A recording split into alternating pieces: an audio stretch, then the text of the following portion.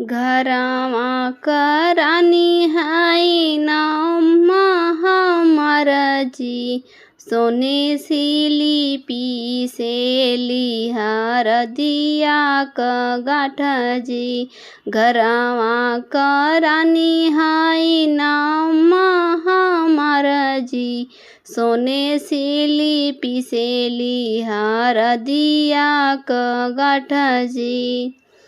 हमारा कवन भैया घूमसन सारा जी, घूमी घूमी खोजेला हरदिया क गाठ जी।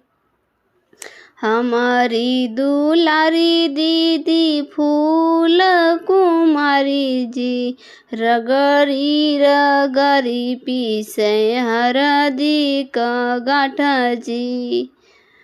हमारी दुलारी दीदी फूल कुमारी जी, रगरी रगरी पीसे हरदी क गाठ जी।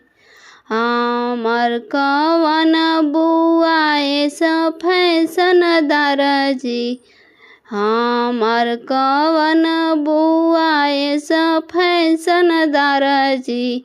कार चढ़ी किनेली हरदिया क गाठ जी, कार चढ़ी किनेली हरदिया क गाठ जी।